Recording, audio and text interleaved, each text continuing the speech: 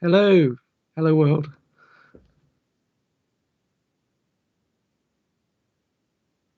Yeah, no, I've got the rig and it can barely hold the weight of this ridiculous lens. So yeah, if I suddenly slide upwards, you'll know what's happening.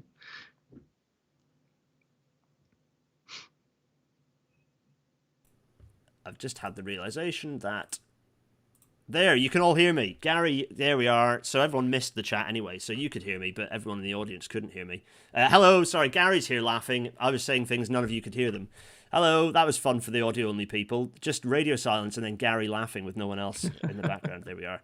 Sorry, it's OBS deciding it's going to switch. No one cares. So, hello, good evening, everyone. People are there, yes. Everyone's saying I'm muted. No, they're 10 seconds behind, so they've got the catch-up. It's fine, we're back, everyone. Oh, I was just saying nice setup and then talking about your DSLR, and no one could hear that, but they've got, hopefully they got it from context. Anyway, right, I'm going to stop waffling because we've got quite a bit to get through tonight, actually. Firstly, Gary, thanks for joining us to talk about, also congratulations on having 2 editions of the book appearing fairly well in terms of the digital and then the physical edition. Yeah, I've never put them this close together before, so it was a bit. My nail biting didn't go well for a couple of weeks, but I got back on top of it now. Oh golly. So I'm going to switch back to here, and then I'm going to press this button because, as is traditional on Rail Natters, I don't know. You're a busy man, and hopefully you don't waste your time watching things like Rail Natter. But we have generally been keeping a tabs on the public transport situation in terms of ridership through the COVID crisis, and it's always quite interesting to sort of follow what's been going on. So if I go over here. So these are the latest figures as of this morning. It's useful that the DFT update the figures every Wednesday, so we get them fresh off the production line. And the only trouble is that for various reasons, Rail is a week behind in its cleaned data set. So we always have to deal with this weird dotty thing, which you can see over time. The dotty thing is always an underestimate of the real figures. So anyway, so Rail is sort of. It's still above this dashed line, which is good because this dashed line, we always want it to be above this, which is reaching 75% by the end of the year. Bus services have jumped right upwards again. So their bus services are kind of sitting around the 78, 79% mark actually now. Road vehicles bouncing around above the 100% mark. Cycling is sadly, you'd have hoped that cycling would have leapt upwards and would be sort of sitting up here the whole time. But sadly, cycling has basically been is no better than it was pre-COVID these days. Probably because of all the road vehicles. Exactly. Yeah. That was the most interesting. The most interesting graph is the other one actually showing the direct, or rather the inverse relationship between these two lines. The green and the red one is like generally the lower that road is, the higher that the cycling one is. But anyway, so. And yeah, rail sort of bouncing along. It continues to climb. I think we're going to see there's nothing no reason for that climb to stop anytime soon. We are looking for an asymptote. This is the thing. So we are looking for the point where we're going to hit an asymptote. So we sort of reached a peak of about 78%. And we're kind of waiting for this asymptote of like, okay, at what point are we going to have had this kind of longer term reduction in commuter traffic? Because you might have a leisure peak over July, August, and then it might drop, but then you might still get back on the trend line upwards. Yeah. Maybe. So it's interesting so this is all relative. So it should account for that surge in leisure travel seasonally because it's related. Of course, yeah. It's relative rather than absolute. But yeah, there's still this. Anyway, it's always quite interesting to look at this. So I'll. Thoughts are always welcome. Also, for anyone new to the stream, if you at me in with hello Jermaine, if you at me in, my name appears red, and it makes it very easy for me to spot your questions for Gary. So do send them in. Right, the news. The Northern Line extension has happened. Here's Battersea Power Station with Battersea with the most important feature here over here hidden behind the SimCity stuff. Yes, but it's a bit of an opportunity missed, frankly. Okay, it's great that there's a small, short extension to the Northern Line that's taken a long time to deliver. But as Alan, from Alan's tweets pointed out, from Transport for All, there are lots of accessibility problems. And these are the sorts of accessibility problems that I'm used to network rail stations having 10, 15 years ago, before the BEAP, the BAAP, the accessibility panel came into being. And actually, Network Rail are quite good at this. You know, they mock it up. They lay it out with duct tape on the ground, or they create a wooden mock-up for kind of key pinch points. And so this is an example of a really bad bit of accessibility design. The lift is too small for Alan to rotate his pretty small motorised wheelchair here. So Alan has to reverse out of a lift. Also, there's this weird long corridor bit that means that by the time he's gone through here, the doors have half closed. There are lots of things like that, and things like the help point back here. I picked this picture because there's a lot in it. This help point is too high for Alan to reach. Like, these are really fundamental things, and the problem with underground stations is that these are big time locked in. At least with a station above ground, you can generally resolve some of these things without eye-watering expense. These things are going to be locked in for a generation. It's really disappointing. So for all the engineers out there, or the planners, or the people involved in this, or people who are advocates for new public transport, or if you're fans of the underground, as you know, as we all are, make sure that you push people on this, push the people in power on this, so that they know that they need to be doing a better job on accessibility. It's really disappointing. What else is in the news? Oh yeah, the Transport for the North conference. I haven't tweeted about this yet. Sorry, Gemma. I was supposed to tweet more about this probably, but I didn't because I was very busy with actual day job stuff. So I went, watched, made lots of notes. Gary, they didn't talk much about electrification, I'm afraid. Really? Yeah, I know. But I think it's because there's a lot of the ideas were on bigger ticket items. There was discussion of the fact they want to push electrification and wanted to do that, but there wasn't much on the future. They were talking about the big ticket items a lot. Lots of big talk, but it's all totally uncertain based on whether what's going to come out of the spending review in October, and then what's going to be in the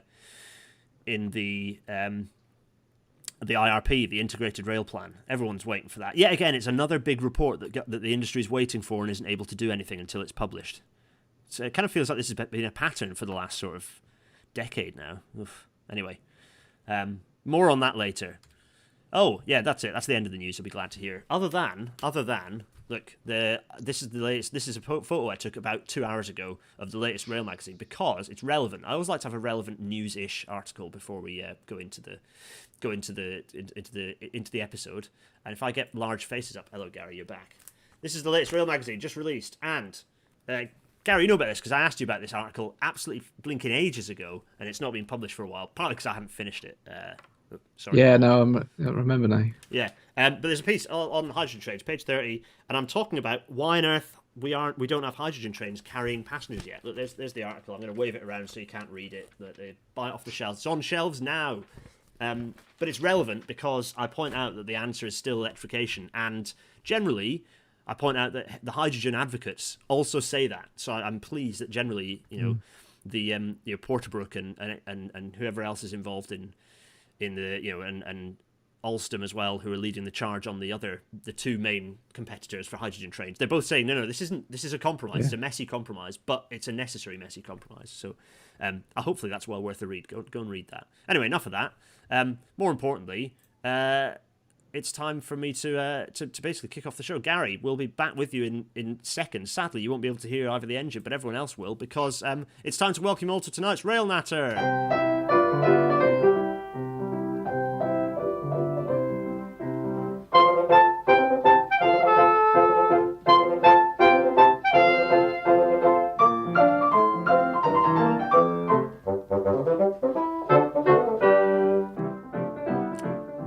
My typo fades out and the Intercity 225 also fades out. We're going for a meander through the OLE book. Never mind. I wasn't going to say anything. No, it's shonky is the way, sadly, but never mind. Gary, it's an absolute pleasure to have you on the show Pleasure tonight. To be here.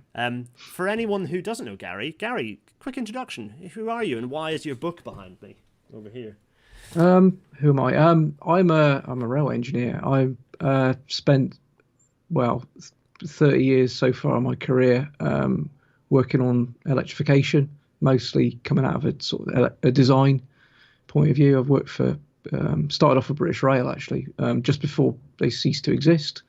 Then went to work for a variety of companies, and I've now ended up back at Atkins, working on a mix of major electrification schemes, but also sort of research and development type stuff. Looking at cost reduction techniques, and that's what I do. And and at some point I ended up writing a book by accident. I wrote a book by mistake. The first physical edition is down behind me, which I don't know what am I going to do with it when I get the new one. Am I going to collect them up like the British Railway Track books? Don't put it on eBay because there'll be a glut. You get like $1.99 for it. Nothing. There's so many of them. Yeah, that's it. We'll get to that. Maybe I'll send it on to someone in the Discord server for a budding electrification engineer. Although don't get it because it's all wrong, presumably because the new one is out and augments it. I'm glad you touched on the R&D point because that was the last episode, wasn't it? It was making electrification stick. And you talked about some of these developments that have been happening. The fact that as a discipline, electrification engineering isn't standing still. No. So it's well. I should have put the title card up for that one. Anyway, go and watch it, folks, after this one because it was quite good if you haven't seen that one. Without further ado, I'm going to go back to the slides because, and we're going to get both of our miniaturized faces up in the top corner. We're slightly covering the Arthur. We're covering your cover slightly, blocking it. Here's the cover this is the cover for the print edition. Yes. Of the book, right? And it looks very snazzy. It's fantastic, isn't it? I say Arthur's did a great job on it, and I'm really, really pleased with it. Obviously, that's the whole cover, so you kind of have to mentally wrap it. I keep meaning to fire up some kind of CAD package and turn it into some kind of simulation, but but life's too short to be honest. But looking forward to seeing it in the flesh. Yeah, it's me too. I'm very much looking forward to it, and we'll get to it before, in case I forget, because I haven't put a slide up for it, but it's in the description. Is for the Kickstarter for actually going and buying this book. It is in the description. Is in the YouTube. The link is in the YouTube description, so go into that. But actually, what's nice about this is I didn't have to prepare any slides because basically this is the slide because it's going to be one of our traditional kind of PDF page turns. Actually, this one because we're going to bring up. Well, how would you like to do it, in fact, Gary?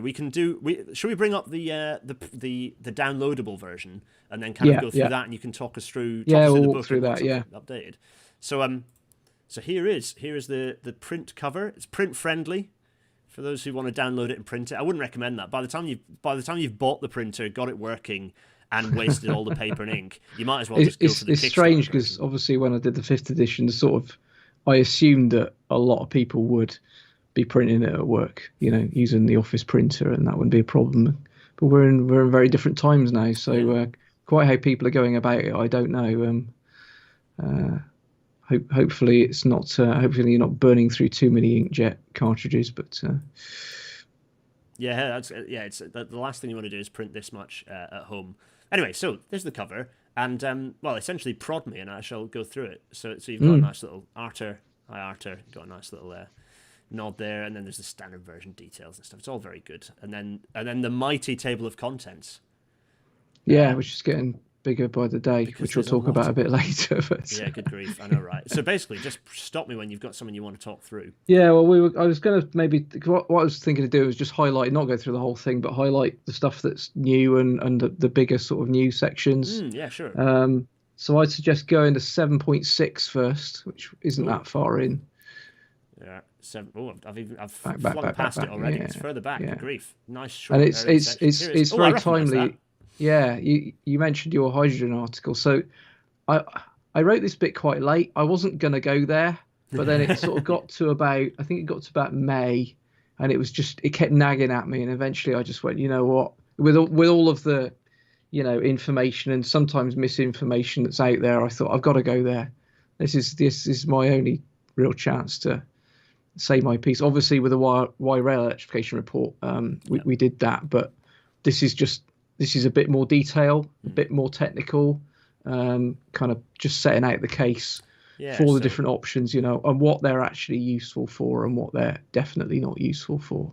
So you can see some nice reference stuff here. Yeah, lovely. And I always try to evidence anything like this these days. I always try and evidence it, and and I'm trying not to. I'm not sitting there saying hydrogen's not got a use and batteries haven't got a use, but I'm just trying to point people towards what the realistic uses are, what the limitations are, and just the fact that they are complementary technologies, not a replacement for electrification. And I even went, I just spotted something very exciting. You saw the D word, yeah. I went there. That was the last bit I wrote. I really wasn't going to go there, but then I thought I can't ignore it, So much as you probably don't want me to, you're going to be back at some point with a dedicated episode to discontinuous electrification, because it's a question that I think needs a dedicated answer. So yeah, I'm afraid I'm going to be dragging you kicking and screaming back in to talk about the D word, which is discontinuous electrification, and talk about, expand on this. So that's basically an A4 page worth there of information that I presume you've compressed from goodness knows how many more pages. But yeah, I mean, and it is a bit tentative as well, because the reality is that, I mean, one of the concerns about discontinuous electrification, it just isn't something that people do. There aren't railways around the world operating in that way, so it's experimental. And Core Valley Lines in Wales, they're going to realise that experiment, and we'll see how they get on. So I'm not going to sit and waffle on for pages and pages about discontinuous electrification, because I would just be, as much as anyone else is, I would be guessing to a certain extent. But what is clear is that what discontinuous electrification does is trade off infrastructure cost potentially for rolling stock cost. It moves complexity into the rolling stock area, and that it remains to be seen what the whole life benefits or disbenefits of that approach is. So that's in a nutshell what I'm saying in that piece. But also, that there are some clear challenges around discontinuous electrification. You can't just switch an electric train on and off at will and expect to maintain a timetable. It makes everything a lot more complicated, and everything has to be designed to work together. And it also means that rolling stock will be captive for its entire life. Yeah. Yep. So, rolling stock cascades are the backbone of the railway economy. You know that, Gareth. And I struggle to see how those fleets will ever be cascaded anywhere else. So, we'll see. We have to wait and see. It's interesting. We've had I mean, that's a broader point, isn't it? That we've almost seen the current railway, the way the railway industry is structured at the moment, or certainly was structured until fairly recently, has pushed further and further against cascaded rolling stock. And in fact, the last time we tried to do a big rolling stock cascade was in May 2018. And that's a period in recent railway history I think a lot of people on here will remember. So, yeah, it's interesting, isn't it, that we've almost pivoted entirely, and even we're now developing massive infrastructure interventions that lock in keeping. But we've got to relearn it, because if we're going to have a rolling program of electrification, we also need a rolling program of rolling stock. Yeah, that rolling stock needs to be able to go everywhere. Yeah, it has to be. We have to relearn that skill. So, I mean, we could, as I say, that's for another. I'm going to drag you kicking and screaming for another episode of that. So, yeah, it's good. So you've got a bit on hydrogen traction, a decent chunk on that, and then we get back into the meat of it again. Yeah. So this is familiar from the previous version. Maybe roll on to. We'll go to 10.7.5. We'll not spend very long there, because this is a bit more. This is going to scare. If people aren't electrical engineers, this might scare people a bit, but I'm going to scroll. I'm going to attempt some seriously tasty photographs through here. I one thing I have tried to do is upgrade all of the images, and try to, as much as possible, get rid of the low res images. I finally cracked having a PDF file that's manageable but still retains the high resolution on the images. So nice. If you haven't zoomed in yet, do. Yes, I was going to say. In fact, let's. Yeah, it's not bad. That's not bad at all. That's nice high res. I bet I picked a picture that's not. That's probably not the best picture, but try that one, because that was a recent. Oh yeah, that is very nice. Yeah, that's pretty well zoomed in. Lovely job. So right, sorry, what was that? That was 10.75. 10.75. I don't want to scroll too quickly, partly because I want people to see the fun, and also partly I don't want to give anyone who's photosensitive. I love that picture, by the way. If you scroll back up, that super grid transformer, not that one, the one on the page before. Chris Wilson provided me with that. That's Didcot. That's the actual 400 kV in feed at Didcot. Not somewhere I would ever be allowed to set foot, I hasten to add, but I found somebody who has stepped on that hallowed ground. So that's the back of Didcot Power Station. In fact, it's one of only two bits of Didcot Power Station that's still in operation, because most of it's been flattened, and they're going to build housing on it. But yeah, that's actually what it looks like when you actually take a feed direct from the national grid. It's not a bit of the railway. It's not railway infrastructure. It's owned by the grid. It's not owned by the Network Rail. But yeah. Oh, yeah. I mean, this gives an idea. Everyone looking at this, it gives you an idea of the quality of the. Yeah, just stop. Right, just stop there. I've got to point this out to everybody. And this was the bit. This is the bit where I have to hold my hand up, and I've been miseducating everybody on this for the last 15 years. If you thought you understood how auto-transformer feeding worked based on my previous version of the book, you better go back and read it again, because it's completely changed. I was schooled by Dr. Roger White, who's an absolute legend expert in railway electrical engineering, and he's been puzzling over auto-transformer feeding and realised that in my defence, the SNCF description is also wrong, and I was basing mine off of that. So there was a frantic week just before the PDF came out when I had to rewrite this entire section and the diagrams. So I can relate to feeling. Yeah, I can relate to that. Although not admittedly in print quite. The way that sound waves propagate in tunnels and cause sonic booms, I had that wrong. I was I had my understanding of it updated. I'd been teaching students the wrong way of that, and it just happens, doesn't it? And there's an important principle there. Is, even people who who are sort of professing to know how things work can get it wrong, and the best you can do is highlight the error to people, correct it, and make sure and it's learning for me. I thought I knew how an auto transformer worked, and I didn't. And now I think I do again, and hopefully it'll stick this time. Yeah, I've been through that journey. I thought I understood it because of the book behind me, and then I don't now, and I'll relearn that knowledge. We've got a very good question actually that's come through while we're kind of this one's up, and people can observe its beauty. So Cora asks, general question: how non-UK relevant is this book? I assume many parts are relevant to wherever uses 25 kV ACOLE, but some bits are probably UK specific. Yeah. So for the higher level stuff like this, I've tried to make it as non-UK specific as I can, albeit my knowledge is biased because I spent most of my career working in the UK. The more detailed stuff, when we get down to nuts and bolts level, that is very UK specific.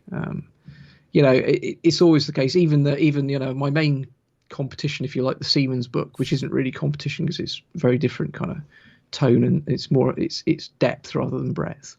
Even that book is written mostly from a German practice, Japanese practice, and French practice perspective. There's very little UK practice in there, so it's inevitable that you can only write what you know, really. So yeah. So right, I shall continue gently cruising forwards, tempo forward. See it's fantastic. I mean, honestly, the graphics. It's an incredibly high quality production. There's the amount of information in here. It's also So that was the bit. Just go back 2 pages back. Yeah. So this bit, if you, this is an area where I'm talking about protection, which is a fancy way of saying switching everything off when something goes wrong. So in your house, if you go to your main consumer unit in your house, you'll see protection there. You'll call them circuit breakers or fuses, and those are protection devices. So it's no different on the railway. We have just much larger circuit breakers. The sort of classic way of doing protection is shown in that figure 53. That's what we call distance protection. But on recent years, and particularly on Great Western, we've moved away from using the classic protection system. And if you go over 2 pages, keep going, and another page over. That one there. So this is the way that Great Western works. Instead of classic protection is all about identifying where the fault is and then just isolating that section, and that way the rest of the railway keeps running uninterrupted. RATS protection, which is rationalized auto transformer system protection, takes a completely different approach where you switch everything off in a hurry, and then you identify where the fault is. Forgive me. You detect where the fault is, but then you switch everything off and then you reclose and reconnect the bits that aren't affected by the fault. And the key reason why we've gone down that road instead is our old friend cost reduction. By doing that, you can have fewer circuit breakers. You can replace circuit breakers with disconnectors. Disconnectors are a lot cheaper than circuit breakers, and it's only been possible because we've now got an internet protocol based protection comms system, which is called 61850. It's just named after the standard that defines it, and that's really allowed us. Aren't we? Yeah. It's a very clever. It relies on more computer complexity, and certainly the job of the SCADA engineer has changed a lot with this system, but it's definitely the future, and I think we're going to see versions of this on future electrification schemes, because it's those cost reduction opportunities that can't be ignored, really. Yeah, some of the systemic stuff. It's not, people often make a big deal about steelwork, but actually it's a lot of the systemic stuff that's maybe not so visible. Yeah. Some of the major cost savings. It's interesting. I've now got a stat on that, by the way, for people who think that the maths and wires are the thing that we got to solve to make things cheaper. On average, the cost of the materials in the OLE system is 7% of the cost of an electrification scheme. It's not going to do what you think it's going to do. So if you can get that 7% down to 5%, great. So what? Yeah. It's the other it's the other 93% you've got to go at. Yeah. And this is an element of that. Sorry, I want to pick up a point because it's something that I think a few people have probably heard the acronym before, but can you explain SCADA to the people watching? So SCADA stands for Supervised Control and Data Acquisition. It's a communication protocol, and there's not one protocol. There are different. So you can buy it from Thales, and there are other comms organisations are available. But it's essentially a system that allows you to remote control and monitor the whole system. So SCADA is the reason why the whole of the Great Western electrification is controlled from one room in Didcot. Yeah. So what it does is it allows you it monitors the substations, and the traditional system, what it does, it polls each substation in turn. So it just goes, are you all right? Yes. Are you all right? Yes. Are you all right? And it keeps going round in a circle saying, is every substation okay? And then if a substation says, no, I'm not okay, it goes, okay. It notes that and then carries on around the circle, because it goes around the circle like multiple times a second. So it'll say, okay, I'll get back to you. And it goes all the way around again. And then on the next visit, it says, okay, what's wrong?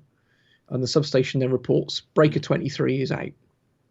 Right. But then it also allows the control room operator to actually make things happen in the substation. So if the control room operator wants to reclose that circuit breaker, then the SCADA system is the comm system that allows them to do that. So that's what it does in a nutshell. Yeah, no, that's fantastic. Graham Harith has just made quite a nice analogy, which I quite like, which is it's a bit like OLE's a bit like a paint scheme. Paint, site mobilised, labour, surface preparation, scaffold, etc., erection.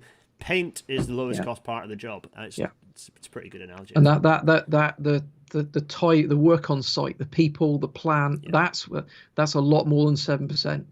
And in often people, cases, the plant, the standing army that you need to do electrification, which is why we've got to focus on those elements. We've got to focus on construction efficiency, maximising use of plant, minimising downtime. We've got to look at access. How much access do we get? I know lots of people say let's just have big blockades. We don't think it's that simple, but that's where the money is. That's really where the money is. And it might be the case that you increase material costs by 1% to make a 20% saving 10% in staff time. So it's complicated, folks, and actually the engineers do generally have an idea of what they're doing. Gordon, Jill, it's nice to see you. Welcome. Lots of good points. Hello, Gordon. Hi, Gordon. Lots of good points coming up. We had an interesting question, actually. Sorry, I'm getting distracted. You should tell me what the next point is, and we'll slowly scroll through and then answer the question. Let's go to completely change of tone. Let's go to section 14. Section 14, which was really fun to write because it's completely bonkers. I haven't seen this for a while, crikey. Yeah, the classic. The classic. Figure 4. So the question we had was, how many 25 kV OLE powered trains, British trains, could actually run on the European network.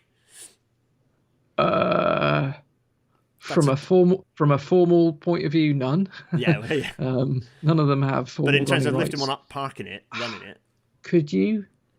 Oh, you could. You probably find that a load of French signalling might fall over, because the immunisation work wouldn't have been done to make them compatible. You might find that your protection system doesn't like what it sees, because that's not been set up to. Because obviously the train is an electrical load, so your protection system has to be matched to the electrical load. So it would. I mean, you could get the train moving. If you put a 25 kV train on a 25 kV line in France, it would begin to move, but some rather unpleasant things might then happen in quite quick succession. You might blow up some location cases. Because you have to design the electrical system. You have to design the power system to be compatible with the trains. And in the UK, we do that using standards. We do that. I mean, Gareth, you talk very sensibly about standards and the role that they play. And that's a classic example. If I design the OLE, the electrification system, to the standards, the UK standards, and then do the same with the trains, then on paper they should work together. There's a bit more compatibility need. There's usually some shaking down needed in the detail. But clearly the French electrification standards are not going to be the same as the UK ones, despite the TSIs, despite European homologization and all that good stuff. It's not the same. Okay, yes, trolley systems, tram and trolley systems. This was one.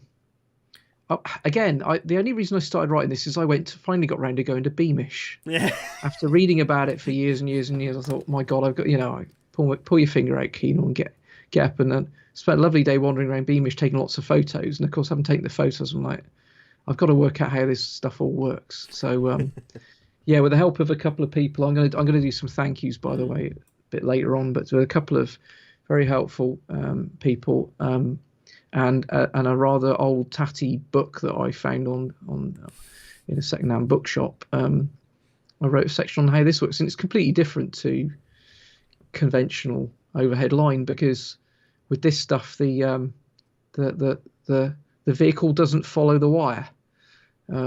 So obviously that means that's why you have those long springy poles on the back, and the pantograph. It's not really a pantograph, but the current collector device follows the wires rather than the other way around. Yeah, it's one of the photos from Beamish. And that was really fascinating because it's just a completely different system, and it forced me to sort of start thinking from scratch how it all works and understand it. So it was good.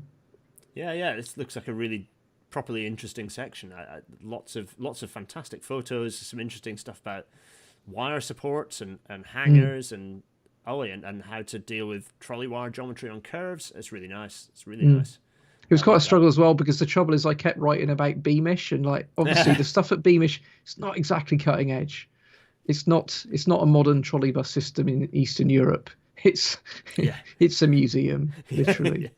So there's a lot of Beamish photos here. I take it you enjoyed yourself. And that's a function of the fact that I was writing this during a pandemic, and we don't have any trolley systems in the UK.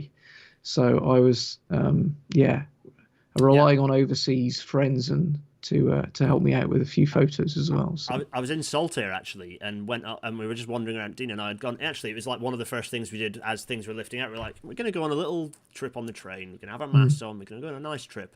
And we went out to Saltaire and had a wander around. It was really nice, actually. We had a canal walk and everything. We love that sort of thing. Mostly because I'm an industrial heritage nerd, so there's plenty for me to look at. But we actually went to the top of the hill. This does have a point, I promise. And at the top of the hill is what is now quite a nice brew house and kind of beer brewing sort of establishment in a building that very obviously is transport related. Now my instinct was that's trams, right? It's got to be trams.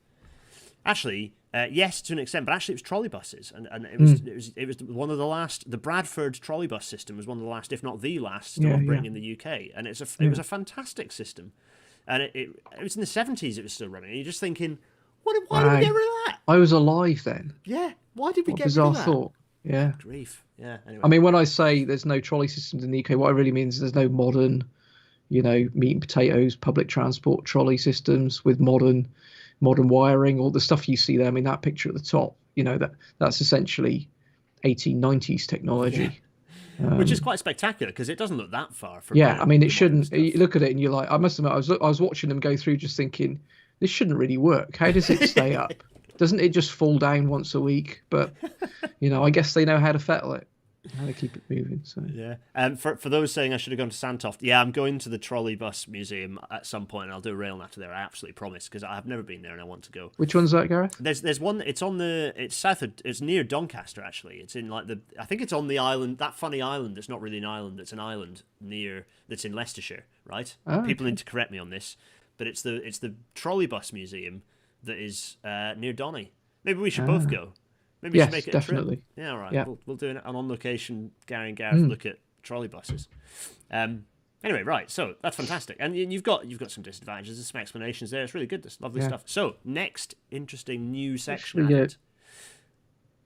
Yeah, where should we go to next? 16.4. Let's go to 16.4. 16.4. So I'm going to continue. I mean, is this all right, everyone in the chat? Is this useful kind of view of the book for those? I mean, quite a few of you might not have actually gone through the book at all ever. So hopefully this is kind of interesting to just look at it and see the level of detail. But I think the key thing is, yes, there's lots of text and explanations, but it's the level of detail in the level of detail that actually goes into the.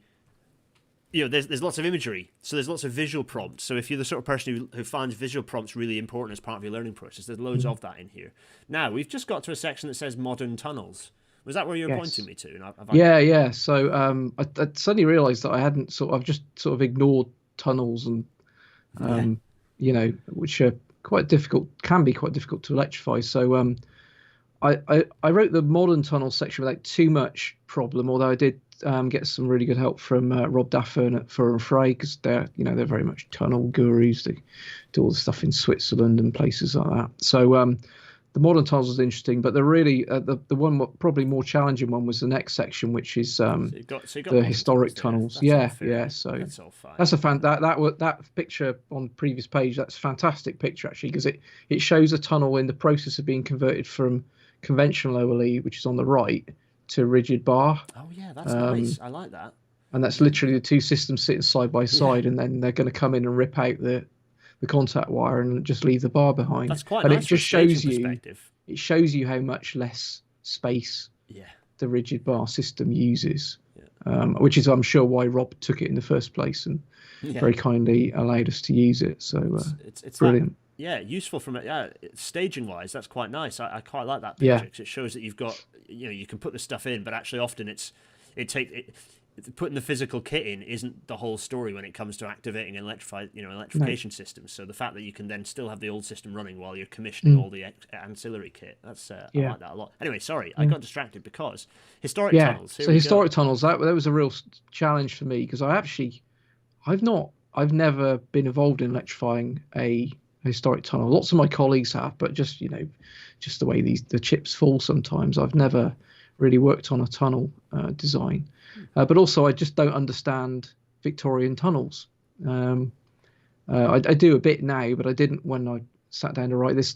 Luckily I started ringing around people I knew, and eventually landed on a chap called Peter Harris, who is on the British Tunnelling Society, and he's an absolute font of knowledge on how Victorian tunnels work, how they were built, and sort of the challenges that they present from a civil engineering point of view and a drainage point of view and all of those sorts of things.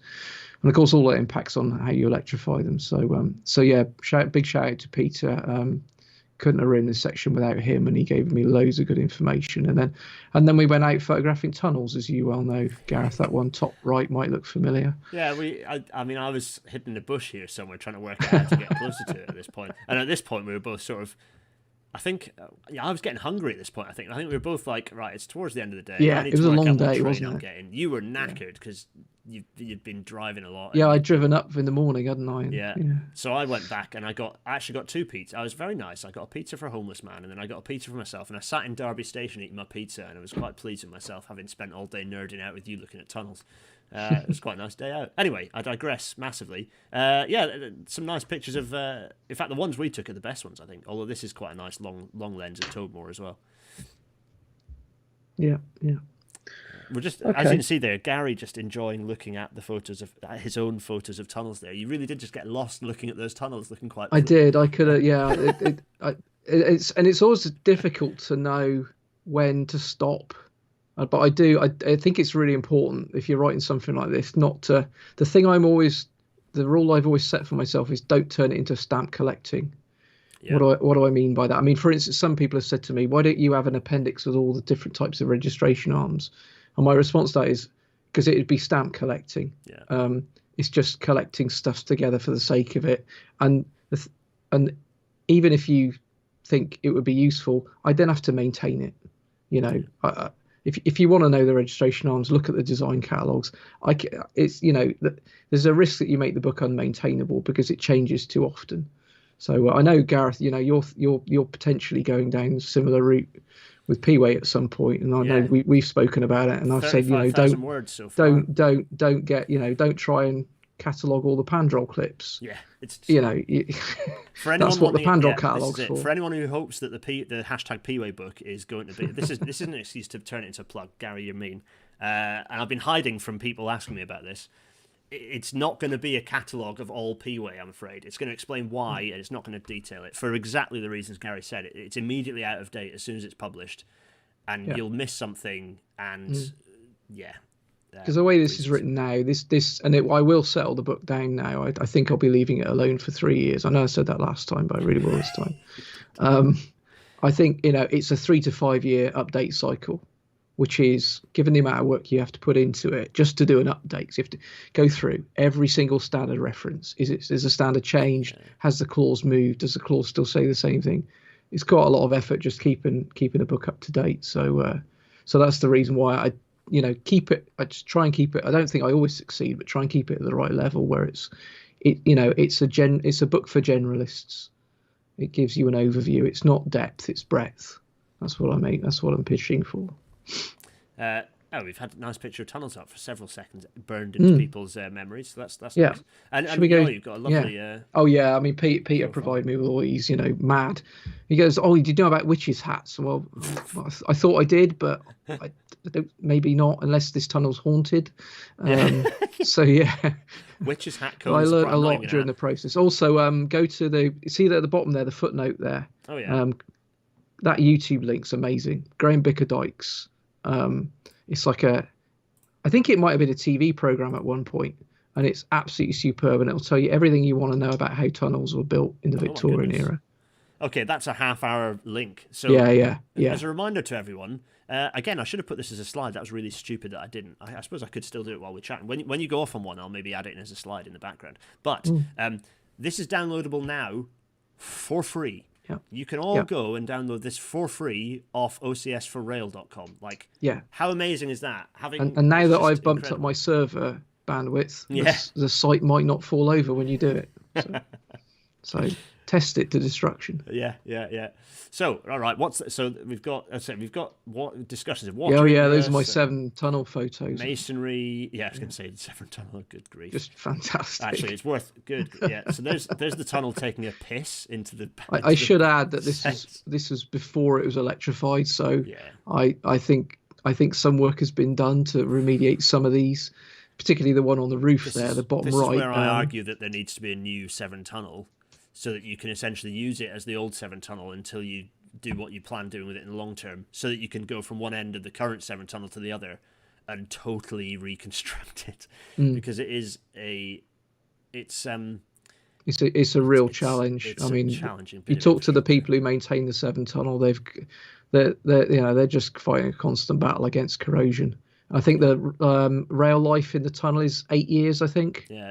It turns into, as opposed to 40 outside. It turns into, it rapidly opens up and delaminates. So you get this steel section that is tougher than you could ever possibly imagine, turning into stuff that you can just literally scrunch up with your hand and turn into pulp. It's just, it's quite spectacular. Incredible. There's a whole. We need to get someone who is a maintainer of the 7 tunnel onto Railnatter, because that would just be incredibly fascinating. Anyway, right. Sorry. So here we are. He's got some nice NGD profiles here of some tunnels. Lovely. Some nice and sort of explanations of how you might fit OLE within that. So Yeah, very nice. It's trying to show how you have to choose the OLE configuration that suits the shape of the tunnel. You literally have to follow the shape. I mean, that one bottom right is what we call a tunnel arm. And you can see it's basically designed to follow the arch of the tunnel. To squeeze it all in. Yeah. So. And what's worse is that in lots of tunnels in GB, your method changes through the tunnel because the section might change. Yeah. It gets wider, or there's a weird bulge. I remember there's definitely a weird bulge on Bradway. Which I think there's one. Where's the King's Cross picture? Let's go. Which Joanna will know that. Yes, that one. You can actually see it there. The first few. I think the first few. How does that work? I think the first few are tunnel arms, and then it turns into bridge arms further into, because there must be a flat deck section in there somewhere. So tunnels are a nightmare. Yeah, under the canal it's flat. So it's flat through where the canal goes. I think it's crikey. And then 16.6 if you thought that wasn't enough, additional tunnel challenges. Insulators don't sell. Our insulators are designed to self clean, so the action of rainwater cleans them, which is great unless you're in a tunnel. Yeah. Where there's no rainwater. Well, there is rainwater, but not falling in the way you want it to fall. And it's highly but there is also rich. a load of diesel pollution. I suppose. Yeah, of course. Yeah, crikey. Yeah. So there you go. So there's an interesting little point about signal. So this is signaling. We're getting to signal sign. Okay, so what's the we're next onto interfaces now.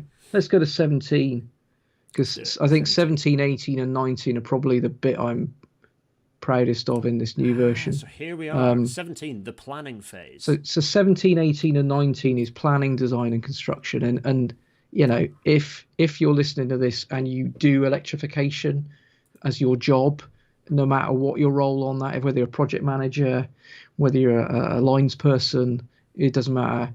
Read 17, 18, and 19, because it is my attempt to give an end-to-end overview of how to do it right. And I appreciate that the context of that is that we haven't always done it right. So this is sort of my plea to the industry, really, as to what to do going forward. And I haven't written this on my own either. Clearly, I do not build OLE. I know nothing about building OLE. So big shout out. Simon keeps telling me off for thanking him on too many different social media channels. So Simon Skinner, if you're listening, here's another one. Thank you, Simon, and the SPL team for helping me write the construction section.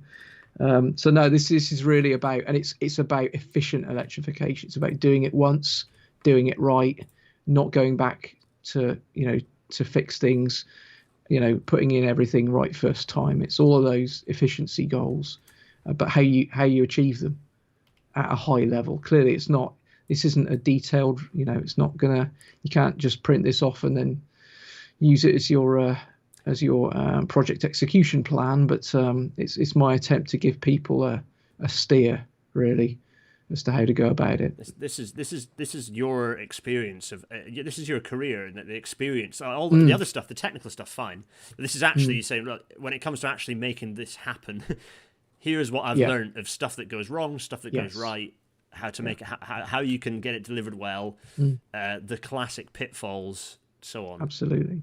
Interestingly, the planning section, the first one, because the difference between planning and design is planning is the stage where you go from, I think I want to electrify this railway, to I have a reference design and a reasonable grip on what it's going to cost. That's the planning stage, and also I've identified all of the risks and the things we're going to have, planning consents, environmental issues, and all those sorts of things. That's the planning stage. It's only then when you get into the design. For the planning stage, it's really only in the last year that I've actually been able to write that, because it's only in the last year that I've got involved with planning new electrification schemes from scratch. So that's been a really useful experience for me. And that's the other thing, you never stop learning. It doesn't matter how long you've been doing it. It doesn't matter how many jobs you've worked on. You'd never stop learning. And I would suggest to anyone on the call who's in the industry, and if you do find yourself stop learning, it might be time to move roles. Absolutely, yeah. You don't ever want to get bored. I've got a very low boredom threshold, so I'm always looking to be slightly out of my comfort zone. It's like every project I do, I'm hoping to be slightly outside of my comfort zone. So And I'm pleased that continues to be the case. Sometimes it's different sorts of comfort zones, but actually sometimes that's good too because you learn other things. Yeah, I was fed up with the project I was doing recently, but then all of a sudden, out of thin air, I found myself having to do like absolute first principles permanent way engineering, like as in designing thermal capacities of rails and designing bolted joints from scratch. And it's like all of a sudden I was like, ooh, Yes. I'm lost. Good. I'm gonna have to learn all this stuff. So That's it, because broadly speaking, the first part of your career as a design engineer is spent learning the rules, isn't it? Yeah. And then the second part is working out how and when it's appropriate to break them. Exactly. Because it is sometimes appropriate, and then sometimes it's necessary to break them. And if you're looking at cost reduction techniques, it is absolutely necessary that you challenge some rules and break some rules and make some new rules.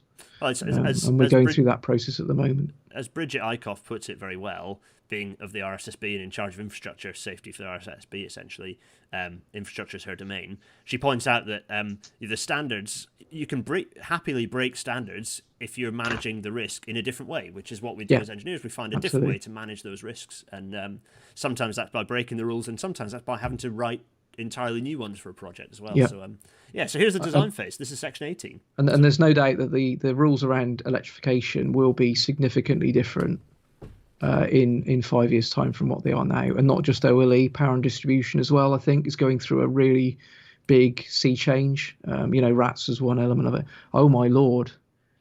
Excellent. Hang on, let me go get mine. Where's yours? Is 67, isn't it? 60. I'm going to break my audio now. 67. Yeah, let's have to don't get break. This now. Don't pull. Yeah, don't.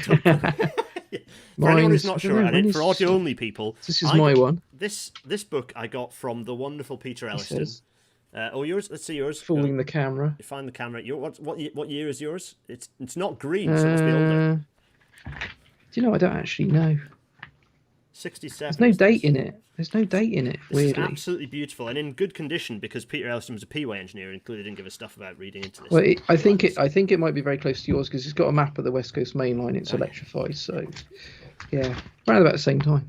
If you can get these, by the way, you can get these on eBay surprisingly cheaply. Yeah, so. they're not too, but it's nice. But the reason I held that up like an obnoxious git isn't because I just wanted to hog an excuse for me to talk again. It was making the point that these things develop. This document is very little of. I mean, okay, the underlying principles fine, but very little. There's now 12 volumes to that 29987, isn't there? So things do get more complicated over time, mainly due to the need to improve health and safety. We were when that was in force, we were fairly routinely killing and maiming people, overhead line staff, and that's not good enough. Yeah, we were probably killing as many overhead line staff a year that we now currently recruit.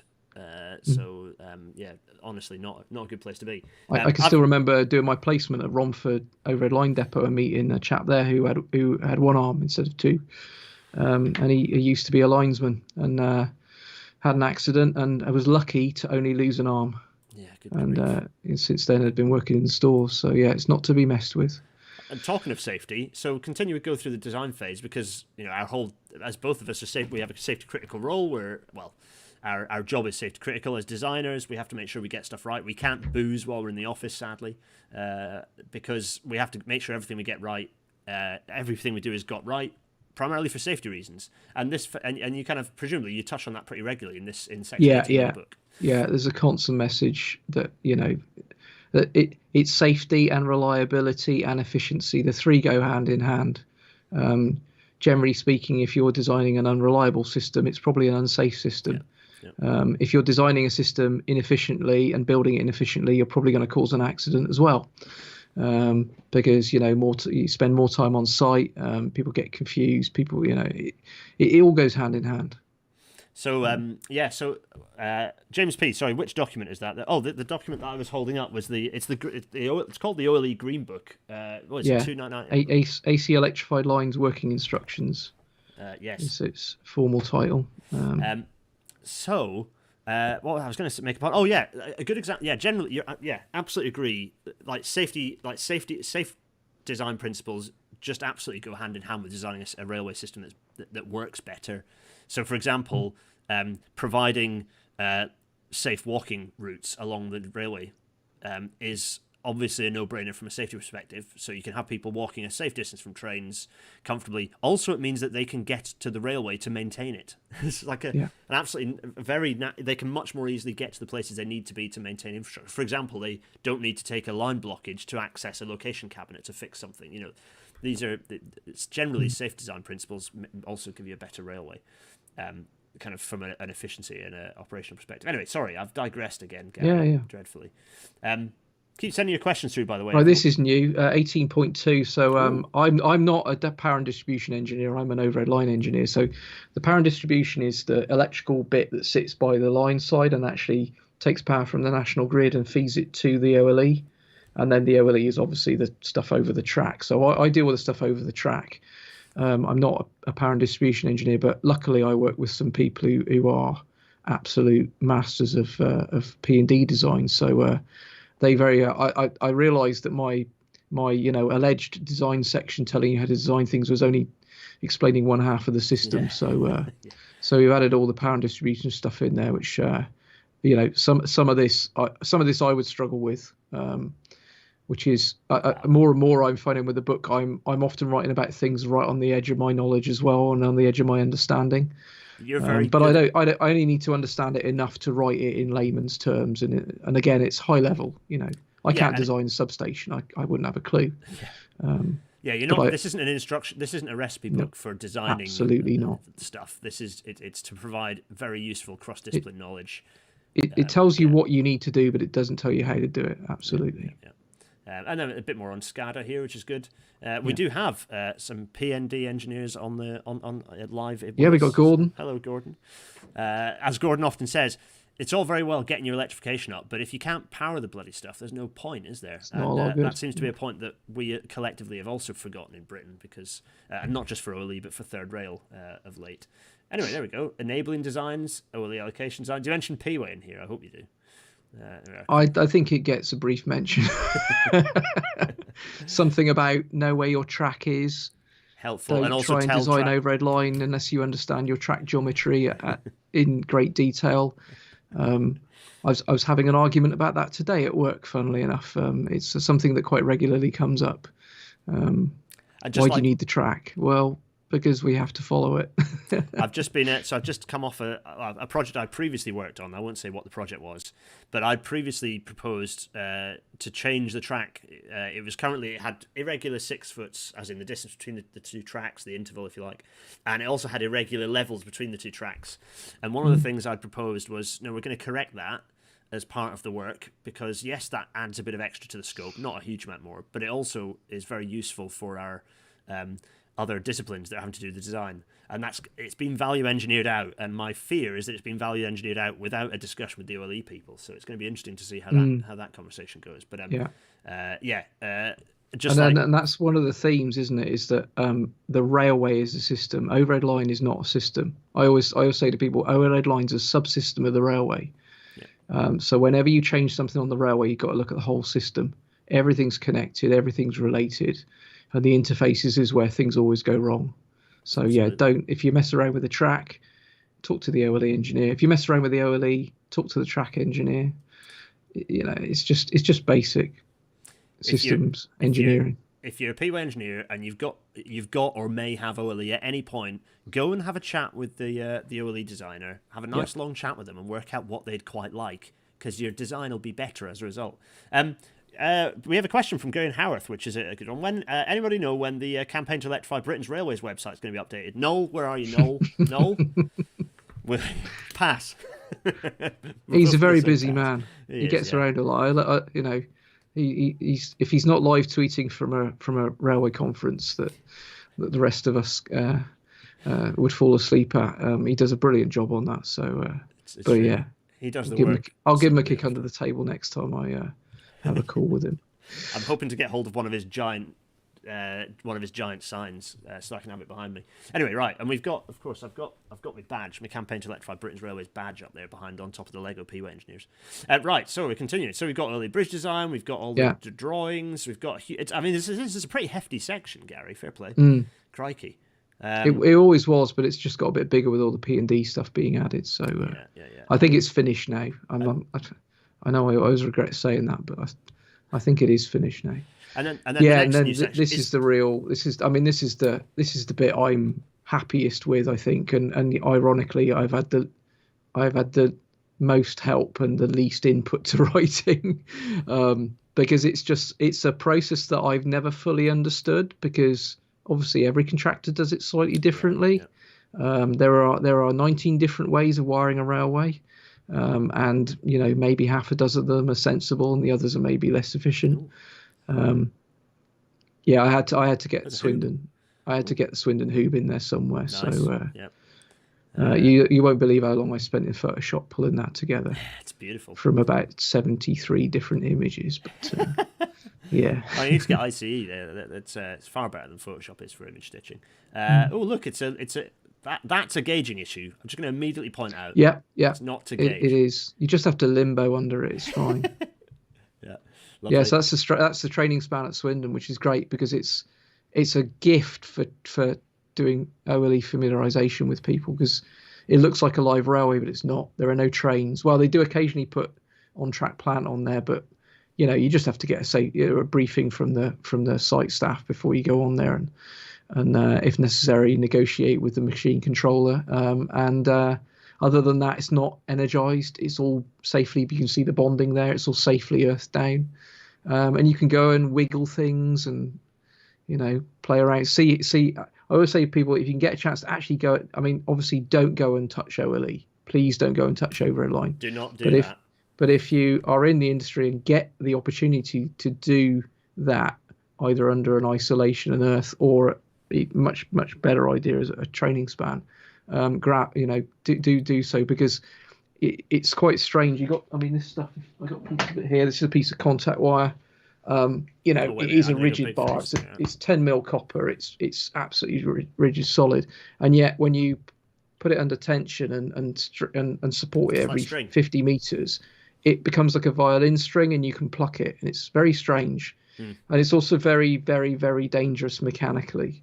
This isn't just an electrical hazard; it's a mechanical hazard. If this stuff breaks, you don't want to be anywhere near it, because suddenly, over a ton of mechanical tension releases, and it's bad things happen then. So, but yeah, if you get an opportunity to go to a training span, do go and have a look. This one, they put this. There's a really nice one in York behind the new REAL sort of porter cabin. There's a really nice bit of curved track kind of in the railway triangle there, and there's a few kind of dropped like low level spans like this, and there's quite a lot of hefty looking kit and the different types of registration arm, and yeah, it's good. And echo that. I think we've said this in a rail natter before actually. I did it with the apprentices for the first time. They were doing design, and they were like, you're worrying about millimeters, and you go out, and what you have to do is you go and I took them to a heritage railway, because it was like, look at some knackered track to understand how much of a beating it can take and still do its job. But also think about the fact that as a dynamic system, as the train's going past, you do need to have so there's it helps so much to go out and see physically the railway that you're mucking around with. Yeah. Right, back to our miniaturized faces, because we need to continue to roll through this. Yeah, let's get into the construction, because it's all fantastic. Most of these photos are provided by SPL. apart from that one, Sorry, I'm laughing.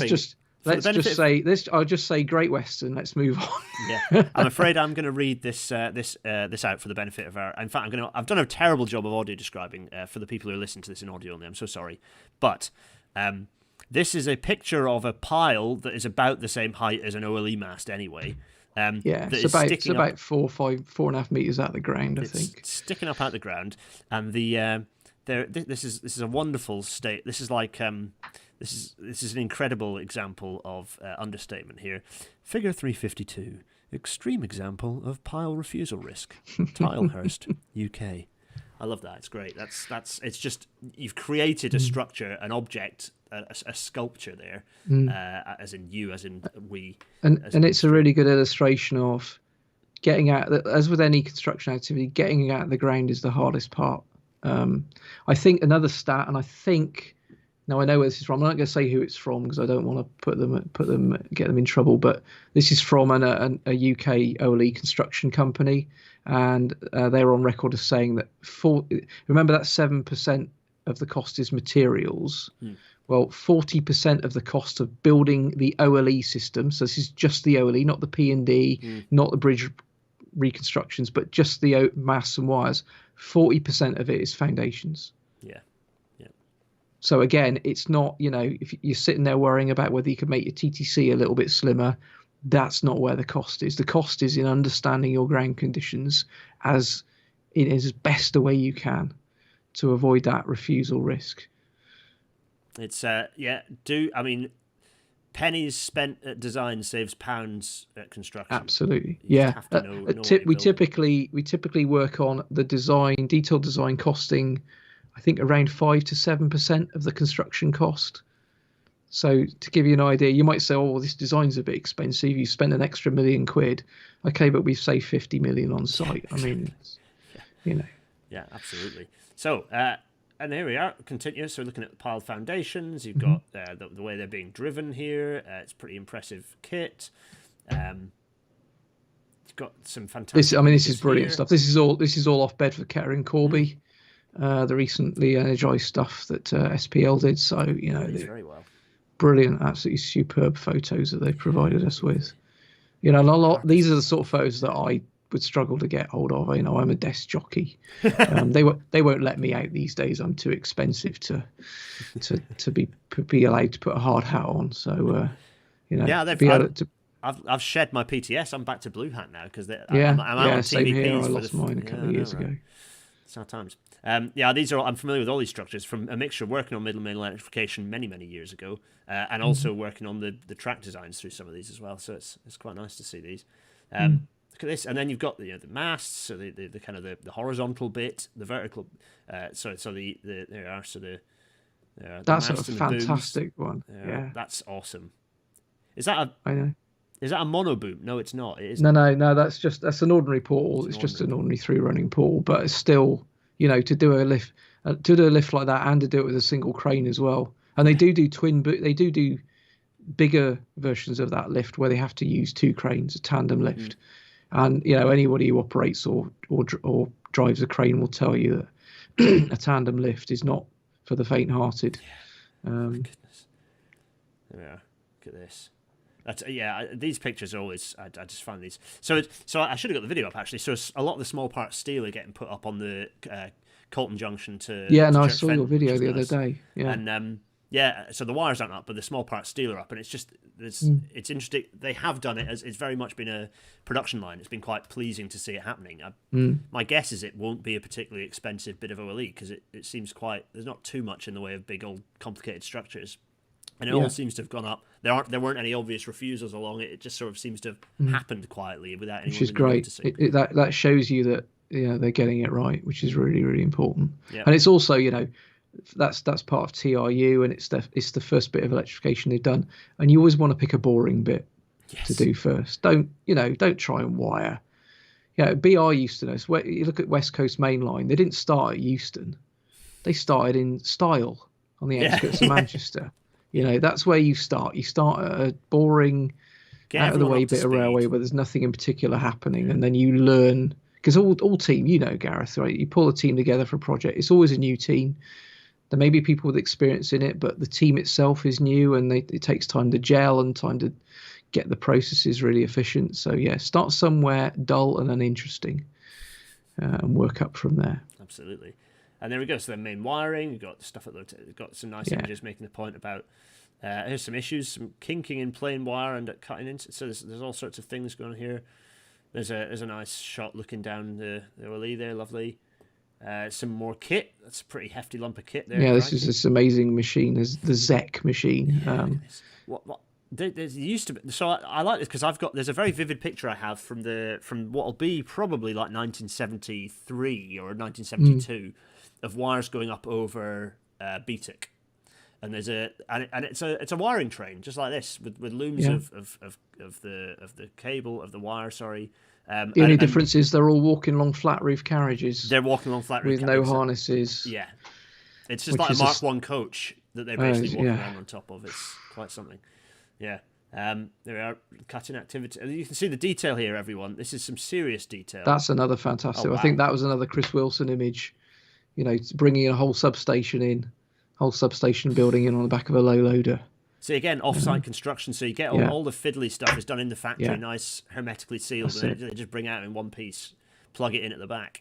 Fantastic. Sorry, Gordon, I know it's a little more complicated than that. But, yeah, Gordon will be fuming now. Sorry, Gordon. And then that's not the end of the story, because the physical stuff might have all appeared, but it's not working yet. No. And so you've got another section 20, testing, commissioning, and entry into service, which... and the key word there, if you go just back to previous page, so the complexity, I'll read this out because it is so important that everybody misses it. Every recent electrification project has made this mistake. The complexity and the tests themselves involve use of complex and sensitive specialist instrumentation, some of which must be installed on a test train. The complexity of planning and executing test trains on an operational railway should also not be underestimated. And the testing and commissioning process is usually overseen by a separate specialist T&C team. That's something we need to learn to get good at again. The problem is we've done it so little of it that you can't keep that team busy all the time, so they disband. You know how it works in our industry. If people aren't busy, people won't pay for them, and they just get disbanded. We've got to get back to having a rolling program of electrification testing, so that you can have a team who just roll from job to job to job. I've watched people do it. I've never done it. But I've watched people who do it, and it's the most complicated job I've ever seen.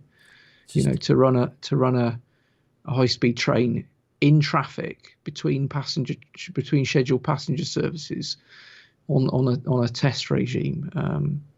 I think that's it is the. I mean, the underestimation of testing and getting the kit. But when it comes to testers and commissioners, so I moved. In fact, the house share that I moved into York with, which included my now wife Dina, we moved into this house share, and Rob Medley, shout out, signalling T&C as well as a PE at the time for Network Rail. I'm sure he's even higher up now. He was brilliant at the time, I'm sure.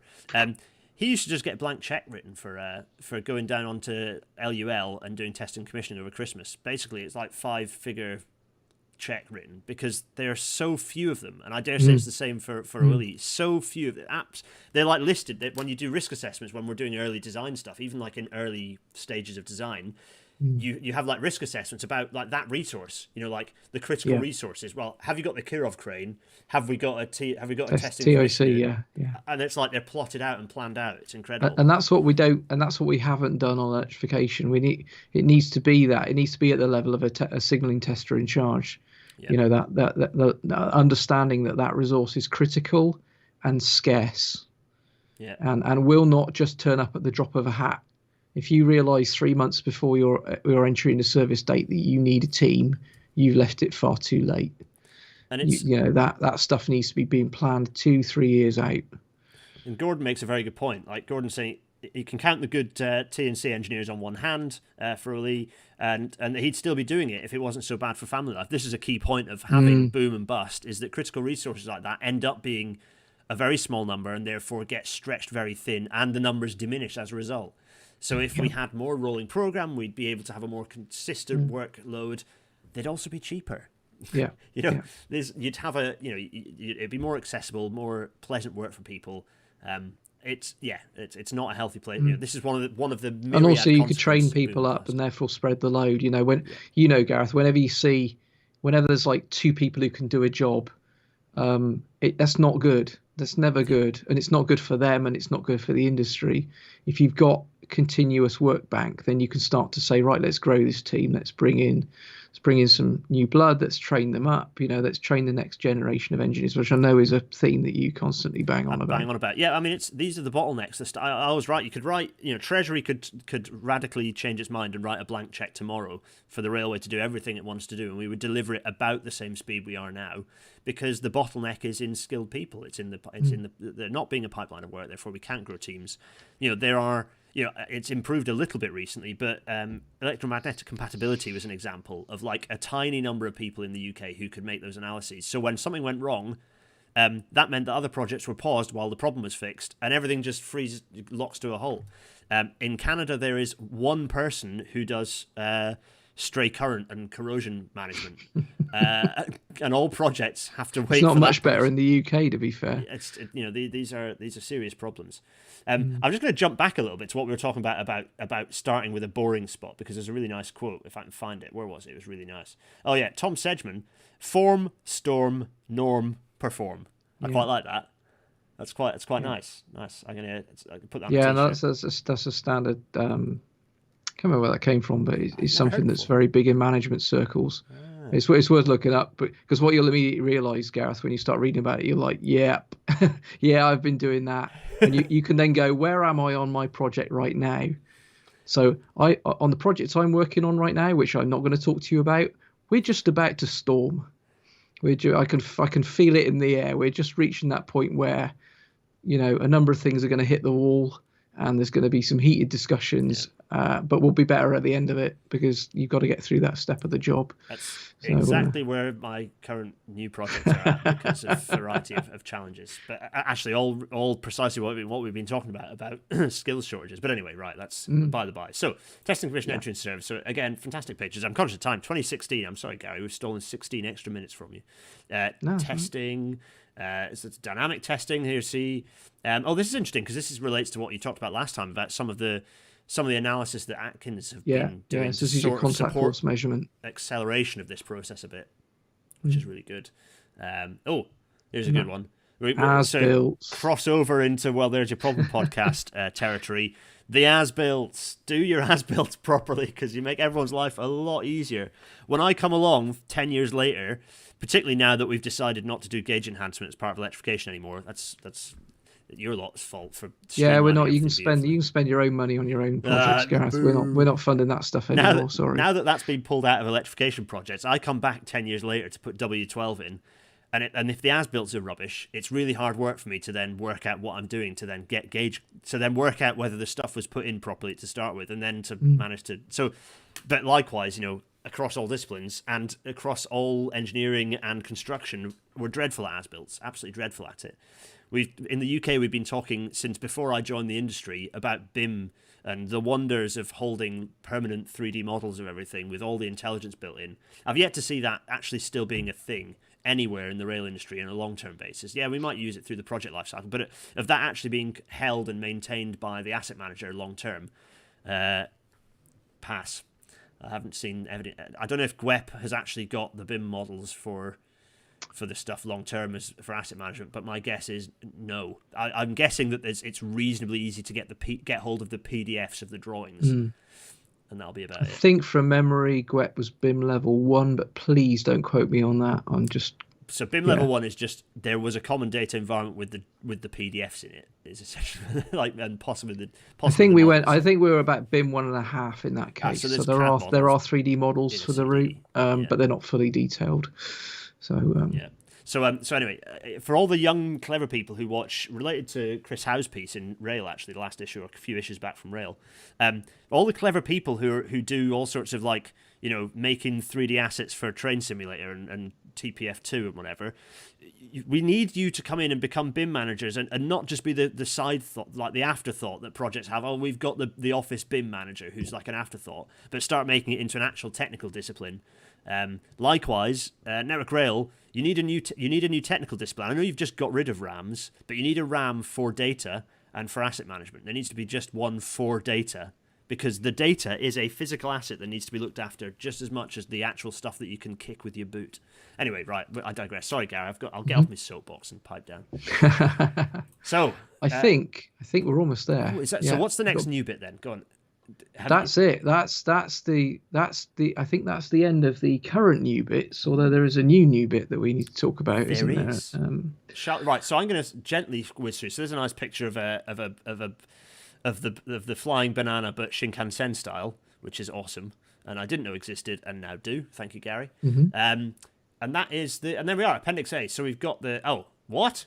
Is this? I didn't. Was this in the previous version? It was, yeah. Oh, I'd never flicked through that bit. I always concentrate on the. No, when you ever read the appendices, you're the worst engineer, Gareth. You're just like the rest of us. Don't read the appendices. Well, I used to be the person who goes straight to the appendices to find out the fun stuff, but since I've become more senior and run out of time, I've stopped doing that. I just read the executive summary and then. No, the good stuff's always in the back.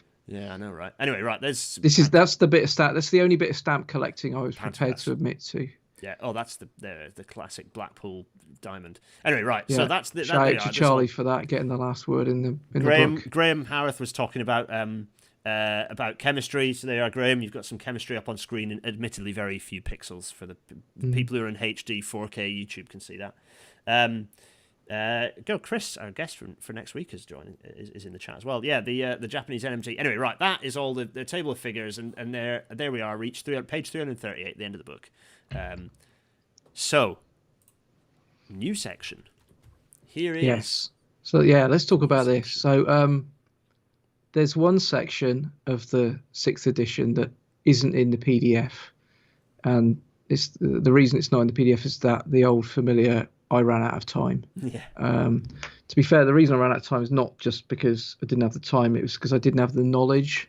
So this section is about how electric trains work. So it seems overhead line engineers are a bit of a nightmare because they spend their whole lives designing and building this power system, but they have no idea how the load works.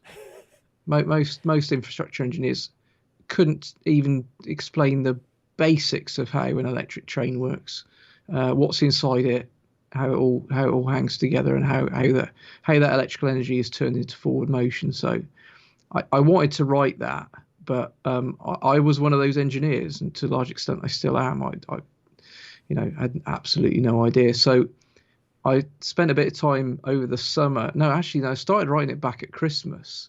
I got as far as I could with it, and what I then needed to find somebody who actually knew what they were talking about to proofread it and tear it to pieces, and I really struggled to find somebody, and it was only in July when I found the right person, a very helpful chap who works for a large train manufacturer that will remain nameless, and he agreed to help. But that July, by July I was adamant that it had to be published in August, so it didn't make the cut. I'm glad to say though that we've made progress on it since then, and I'm now, how certain am I prepared to be? I'd say I'm 80% certain that this new section will appear in the print edition. Ooh, there's your incentive for getting the print edition, folks. Yes. 80%. Yeah. I'm completely sure 80% of the time that it's going to be in the. No, there's a few. Tom's got the latest draft. There's about 3 or 4 things I need to clarify with him. I need to find a picture of a Mercury arc rectifier, and then I think it's finished. So that's the reason I can be pretty confident now. So this is, this is literally the live draft. So please don't pay any attention to any of the words on the page. Don't write anything down. You'll see, if you go back up, you'll see I've got 2 pictures. So good, I put it in twice. Oh yeah, holding pattern. That's because that's a holding image, because I need to find a naked Mercury arc rectifier to put on the right there. But it's really Nick's just picture? yes, that's right. Yeah, it's the one that Nick shared with us. Yeah, absolutely. So it's an attempt to try and it's largely electrical engineering, not completely, but mostly it's electrical engineering. But it's how those electrons get from the pantograph to the motor and then back out again, and how they're controlled. And it's the control element that really is the stuff that will bend your noodle. How gate turn off thyristors work. How insulated gate bipolar transistors work, how AC, 3-phase AC asynchronous motors work, which is what you see there. Actually, I think that's a DC motor. I recognise this only because of the angle. 91's a DC, aren't they? Because of the chonkiness of the vehicle. Because I think 91's were the last DC traction. It's bizarre. People are probably thinking, what the hell's he talking about? 91s aren't DC. No, they're not. They're not supplied with DC, but the motors are DC. It's weird. We've got overhead line systems that are AC that then supply DC motors. We've got DC overhead line systems that supply AC motors. It's surprising the number of different ways you can actually do that. So this section is attempting to. Tim, yes, if you've got photos, he's asking if we want a picture. Yeah, if you've got photos that you're willing to share that are in decent quality, then email Garry. There'll be a contact email on OCS for Rail, I'd imagine. Gary.Keenor@gmail.com. There you are. And remember, there's 2 R's in Garry. Yes. Now, anything like that will be gratefully received. Whether or not it will get used in the book, obviously, I have to sift through. But the more images I have, the more choice I have, and the better the outcome for the book. So thank you. Ed Fielding, as an interesting point to make, my grandfather was an electrical draftsman at Metrovic in the 1950s. Designed EM1 traction motors. I think this new section will be very interesting to me. Yeah. There you go. So that if I think I'm right in saying the EM ones, they're the ones that used to run on the woodhead. They will have been using, if you go towards the front of the section, keep going. That's it. Keep going. So if you come back to this area, so that will have been DC series motors, controlled using contactors and resistors, which is the proper old school way of doing it. Literally switching, big electromechanical switches, switching resistances in and out constantly, to maintain speed and keep the torque where you want it. I'd say it's been a big learning curve for me. I still don't. It's one of those subjects where most of the time I feel I've got a grasp on it, and then occasionally I'll go, no, I've lost it again. And I ask Tom, what do you mean by this? How does this work? But Chris Vervikelen, and actually, Chris, I'm going to need to ask you how to pronounce your last name correctly. We'll get there. Is saying the author of the book that's down here, a very beautiful book that I don't think anyone can see. Oh no, it is actually in short. I'm going to go briefly. Big face. There you can see it behind my plant. It says railways on the spine. Very beautiful. Oh yes. A history in drawings, which we're going to be talking about next week. We'll get there. But Chris says. You should try the GEC collection for drawings, having sifted through these archives in great detail. I can imagine they're incredible. Yeah, how electric trains work, and ultimately, actually, because a lot of these electric motors were inside diesel trains as well. So all this stuff, it's a lot of what I'm writing. In fact, I've constantly found myself drifting into two things have been happening. One is I start talking about third, fourth rail EMUs, and I have to pull myself back because we can't be going there. I'm not having that. No. Sorry, Steve. Yeah. I mean, I know we joke. We play games online, and I pretend like I hate the third rail, and he pretends like he hates OLE. And the truth is, it's just electrification at the end of the day, and electrification's a good thing. So, but I found myself occasionally drifting into. In fact, some of these pictures are actually. I'll hold my hand up now. That picture there, the one you just had there, is from a 4VEP, which is absolutely not an overhead line EMU, but they all work the same. That's the thing. At the control and traction motor level, the function of it is identical. The thing I found interesting, I was chatting to Helen Simpson of Porterbrook, the engineering powerhouse that is Helen, talking about the way they're having to change control systems for hydrogen trains because of the way that the way that those power cells put, they just keep putting power out, don't they? You can't switch them off. And you have to manage, so managing that power output and also managing making sure that the power applies as quickly as the driver wants it, and then comes off as quickly as the driver wants it is quite challenging. So I very, very rapidly found myself. It's a bit like when they tried experiment with turbine locos in the 50s, isn't it? And they're very similar. You don't, a turbine, you just spin it up and then it's got to keep running. Yeah. The difference is at least a turbine, you can disconnect it so that it's not producing electrons, whereas a fuel cell just produces electrons all day, every day. And it's like, where do you put them? If you're not using them, where do you put them? So, there we go. So, tilting pan photo which I have now. I got one today. Oh, excellent. Good. At New Street on my way back from Derby. Nice. So there's some nice stuff there about intercarriage 25 kV. Oh, if only they'd APT, man. If only we'd accepted that these were fine. Tom kept asking me about, are you going to put something in about APT? No, I don't want to go there. I can't go there. That's another book. It's another book. Yeah, absolutely. So that's the section. That's an exclusive look at an unpublished section. Very, very exciting.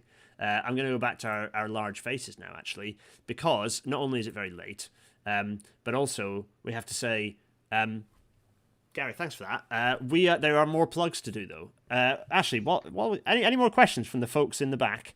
Let's see. We've got SciGuy16 saying Photonic Induction YouTube channel has at least one Mercury arc rectifier in his house. Oh, very nice. Looking forward to the physical book. Good. Matt Reed is asking how the Thameslink trains work.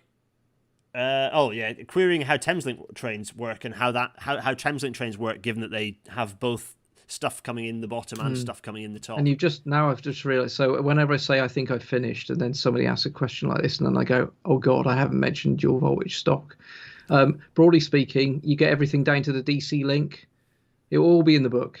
It'll all be in the book. There we go. Once you get to beyond the DC link, the beauty of the DC link is it's like a common element. It's like so you can feed in from 25 kV AC single phase, get it down to DC, or you can come off the third rail, and in which case it's DC already. And then you common everything to DC, and then after that you can then you then invert it to 3-phase AC, which then feeds the traction motors.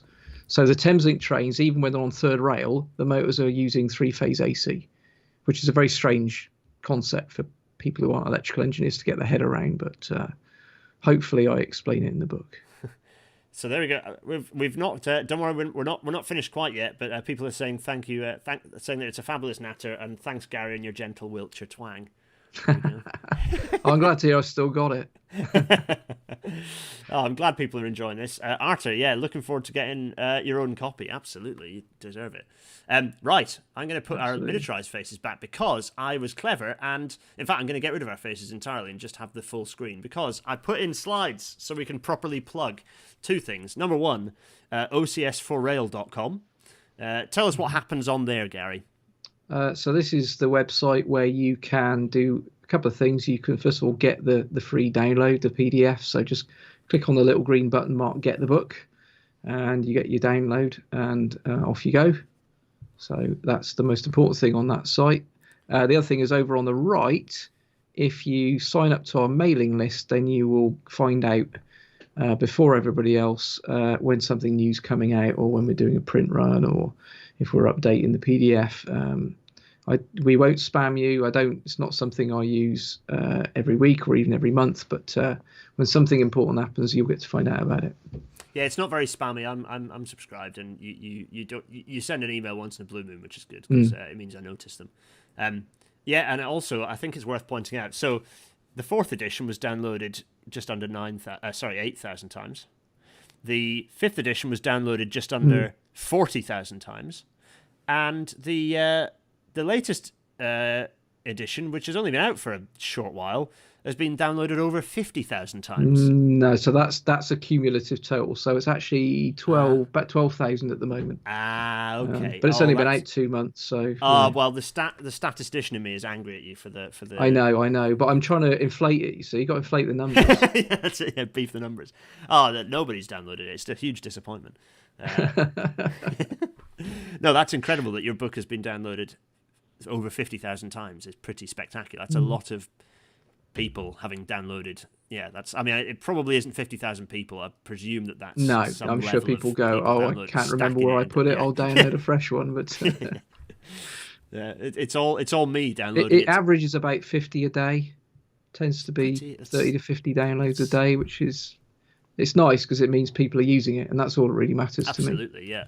People are using it. And then the next thing I'm going to jump over to is the Kickstarter, which people can find the link to the Kickstarter on OCS for Rail, right? But also I've linked it in the description. It's a very straightforward link, so it's in the description of this video. And you can see that you've got 188 backers. You've which equates to about 100 and.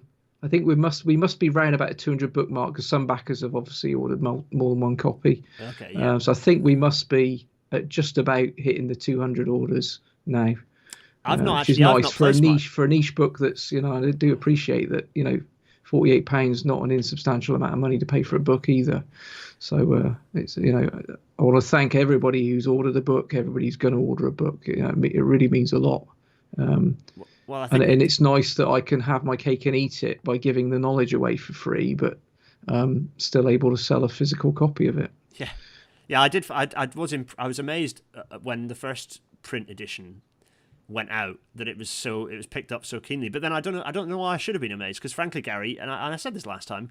I think I said this last time about Railways Archive, but this time I'm going to say about the OLE book. It's an incredible resource. It is an incredible resource, and the amount of work you put into it is appreciated by a lot of people. There are a lot of people here in the chat right now saying that it is that it's an incredibly useful resource, that they really value it. The other thing I have to say is you need to use the hashtag OLEbook hashtag more often when you're talking about it, because I know. I keep I'm terrible going at in and hoping hashtags. I to always find forget. tidbits. Anyway, right. Well, I think it's very interesting is that you've said you had a £4,200 goal, and you've more than doubled that with nearly 9,400. Yeah. So that's quite spectacular, and I think So represents how much people but the value key this message work. is, because I can think of at least one person out there who keeps saying, I must remember to go and order my copy. You now have 8 days left to order your 8 copy. days. Once that Kickstarter shuts, we will not be taking any further orders. So if you're one of those people who wants a copy but is just always a bit too busy to go on the site, pull your finger out and get on the site. Yeah. Because last time I had, for about 3 months afterwards, I had a drip of emails of people going, I just heard about the book. Can I order a copy? Is there where's the online shop that I can order from? Yeah. So I obviously had to disappoint those people, because the way printing a book works is it's all about volume. I can't go to my printer and order 5 copies of this book. Their minimum order quantity is 50, but that if I order 50, the unit price is eye-watering. Yeah. If I order 200, the unit price goes down quite steeply. Yeah. So it's a volume business, which is why we use Kickstarter, and the Kickstarter works really well because it allows me to gauge how many people want a book before I order the print run, and that way I haven't got hundreds of copies of my own book sitting around at home, waiting getting to be me getting under Claire's feet and driving her crazy. So yeah, so yeah, 8 days to go. If you were wanting to order, now would be a really good time to do it. Go and order the book. I now need to go and check whether I have, because yes, I do want to have this. It's such a Art has done such a fantastic job. I desperately want to have the new version, because much as so I've designed the first cover because I'm a graphic-y person. So the first bloody thing I did when I was deciding whether it was a good idea or not was I did the cover for a PUA book. And much as I think I'm all right at it, it's good to get a professional in. And Art has done an absolutely wonderful job. It looks great. It says reaching over. Oh, wait a minute. So if you go back to the big screen, as you can see, I am very much not a graphic designer. That was my effort for the 5th edition. And it's fine. I'm fine. Going the wrong way. Yeah. But it's not. It's it's not going to win any design awards. So I was really pleased to get artists in to do this version, and they've done a really, really good job. So yeah, I'm looking forward to seeing it in the flesh as well. That's the best part. I haven't seen it. Nobody's seen it yet, including me. It's exciting. It's very exciting. And I'm not doing a proof copy this time either, which is the really scary bit. Oh, so there's no pagey flippy bit. Before what we did with the 5th edition, we ordered 50 copies, and I just put my own money into that.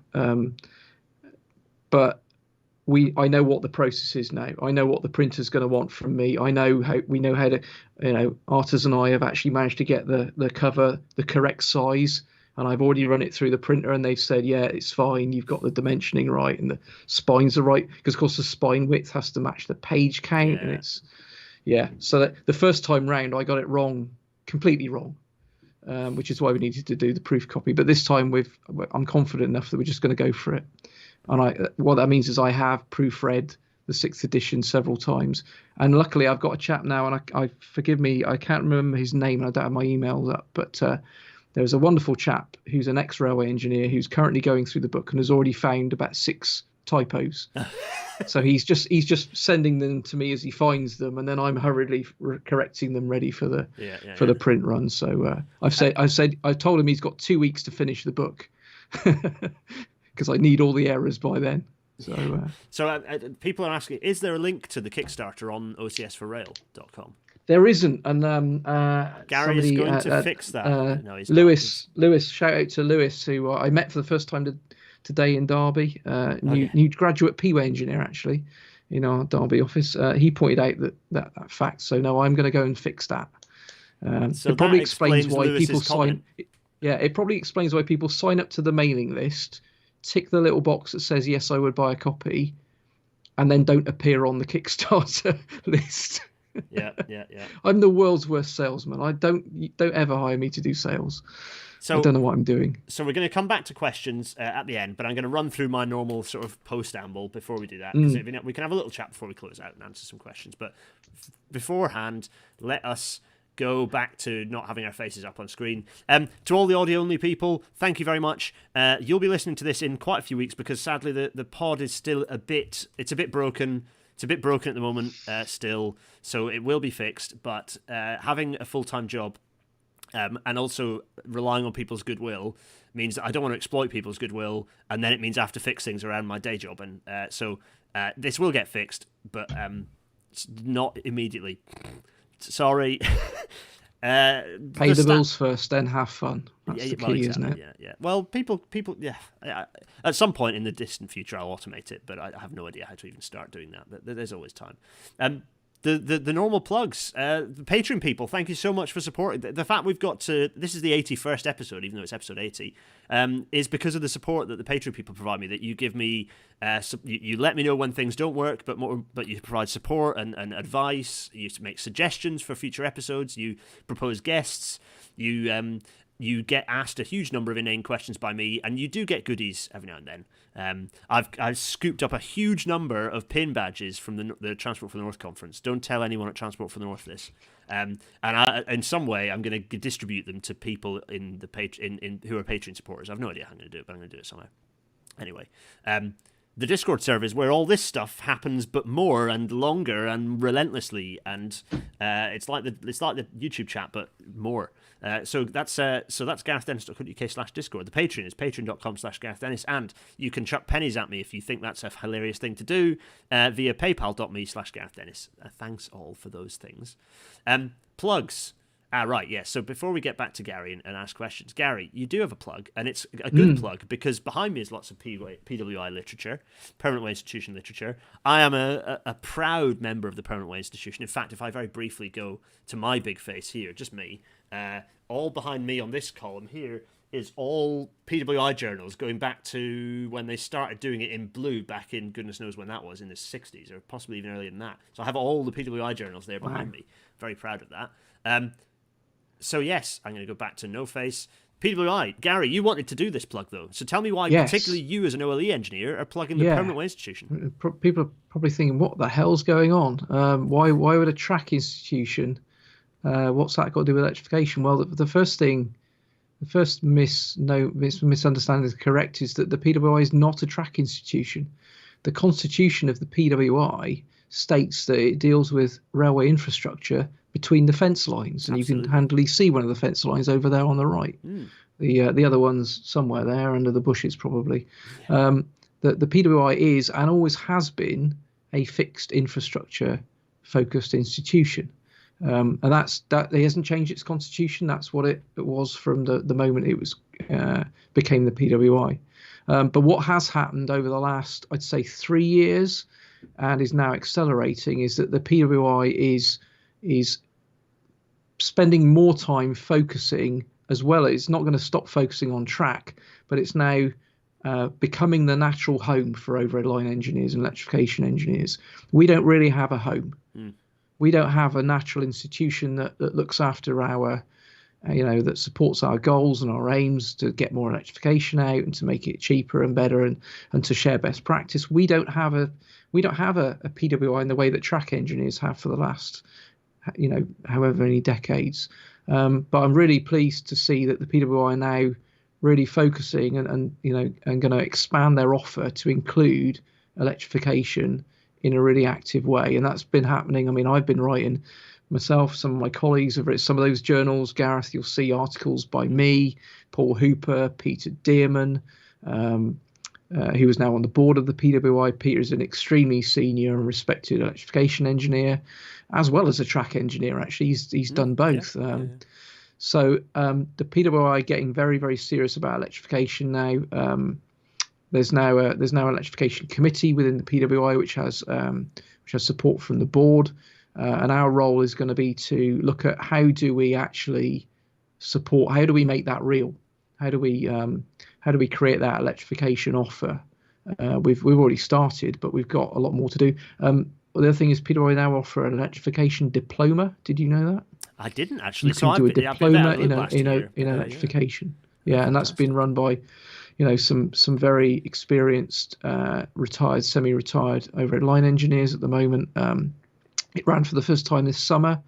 I understand it was very successful, and it's and we're gonna that again, that's going to be expanded.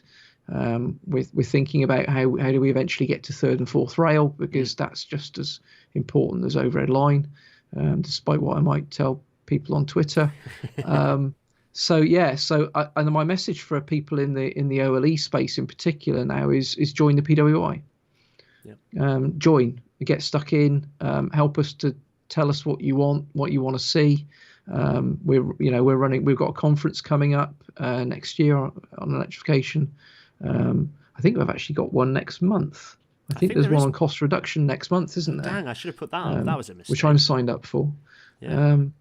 We need that home. We need that focus, and we don't get it. The big institutions that people traditionally join, if you're in my game, they do what they do, but they don't really focus on railway electrification, other than a couple of set piece courses that the IET run. The PWI, the beauty with PWI is it's smaller, and small is beautiful. Because they're small, they can focus on exactly what we want.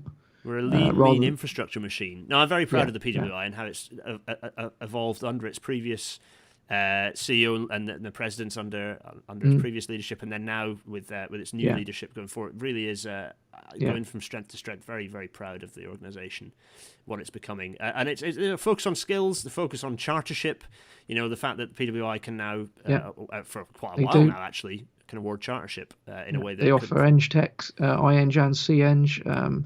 And one of the interesting challenges has been as we're now starting to see people from electrification background coming through those routes, which has meant that the PWI needs to have reviewers with that electrification experience, and I've got involved with that, and some of my colleagues have as well.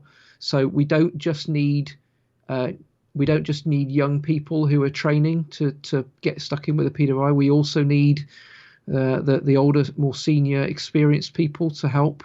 So if you're a senior engineer in the electrification space, we need your help on that side. And the PWI is a really good institution. So and it's cheap. Come and help. It's cheaper than and it's cheap. It is 80 something pound a year. Yeah. And if you're a student, it's free, which I didn't know until about a week ago, which is brilliant. It's true. It's true. Yeah, free.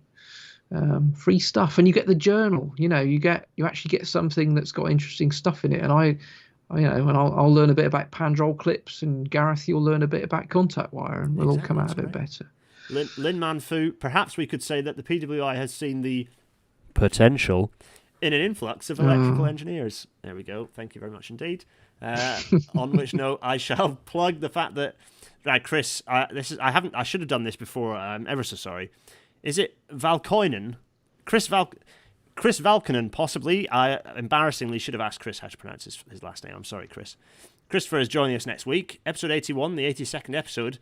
The very long and very beautiful history of technical drawing. I am incredibly excited about this episode. We're going to plug his stunning book, because it is very, very, very, very lovely and beautiful, and has an incredible amount of technical drawing in it. Lots of technical drawing of, it's not just trains, I'm pleased to say, lots of infrastructure in there, lots of architecture. It's fantastic. But that's next week, so one not to miss. It shall be fantastic. We're going to get back our two little faces here. Gary, you're back and slightly out of focus somehow. Yeah, my camera. Just give it a wave. It gets a bit confused sometimes. When you're waving your hand in front of it, doesn't help actually. All those questions that have been flying in. So I'm gonna go right up here. So, Chris actually asked a question. So and quite a good question. Chris always wanted to know how the amount of power a train uses is determined, and how that then gets billed to the operator. Does it even happen that way? I mean, it is. I think it is beginning to happen.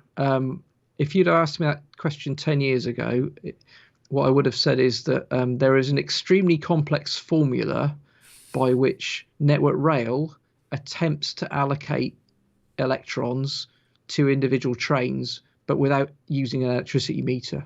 So it used to be a fudge. It used to be a bit like track access charges, which is an extremely clumsy attempt to allocate wear and tear to individual trains. That's never going to be a remotely exact science, is it? So that's how they used to do it. I believe they're now, certainly the current UK group standards insist that all new electric trains have an electricity meter on board. And I believe they are moving towards the ability to remotely interrogate those meters. So it's heading in that direction. I'm not sure if they've got there yet. I don't think they are fully there yet. But it's definitely coming. It's going down that route. That's very interesting. Tom Sedgman asks, and again, we'll keep this because we've run for an hour and 50 minutes. I'm so sorry, everyone. It's a long one again. Oh, well, he always ends up going long. Yeah. It's because we can talk. Classic It's overrun. because we haven't met at the pub for ages, and this is kind of a bit of our catharsis of like having a bit of a catch up. Although we do end up talking a lot about this stuff actually in our pub chats, depressingly. Anyway, right. Earlier you were talking about our... Sorry, Tom, I've got distracted mid-question. Earlier you were talking about our trains not working in Europe. Is there not an ISO or a BSEN covering signalling, etc.? There's a thing called the Technical Standards for Interoperability, which we no longer have to comply with because we're no longer in the EU. Yes, I think you know my views on that as well. But essentially, they've been they've literally been copied and pasted into UK law at the moment, and they're called the NTSNs. And everybody says, well, if you just comply with the TSIs, comply with the NTSNs, everything should work together. The reality is that the TSIs are an amalgamation of they are an amalgamated description of how European railways work.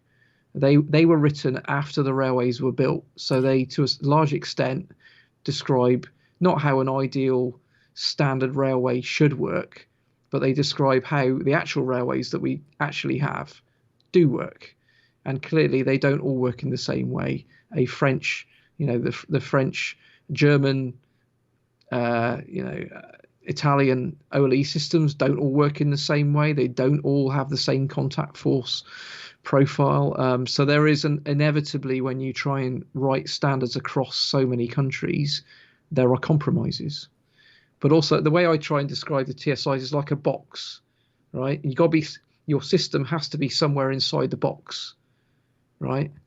So as long as you're inside the box, but you can be over here in the top left corner of the box or the bottom right hand corner of the box and still be compliant, but they're not all going to work in the same way.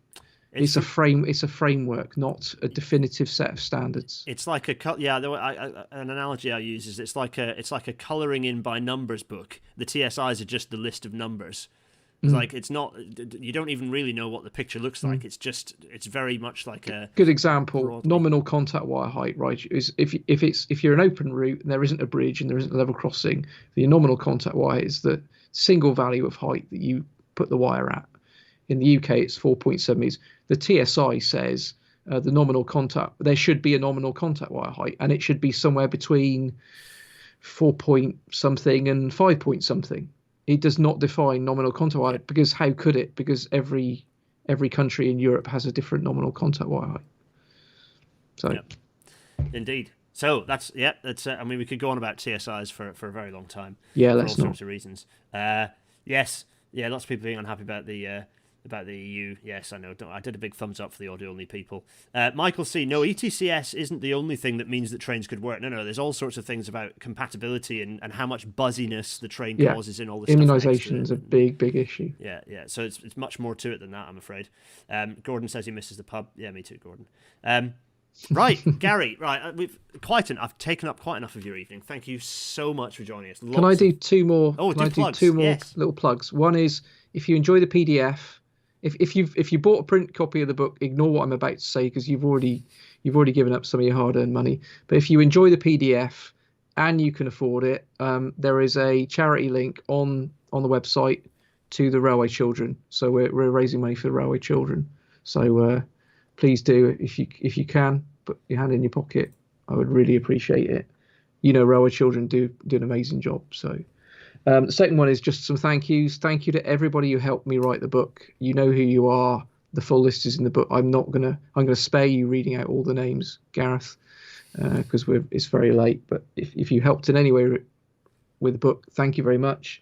Thank you to everyone at Atkins who puts up with my bullshit. day in, day out, and indulges me.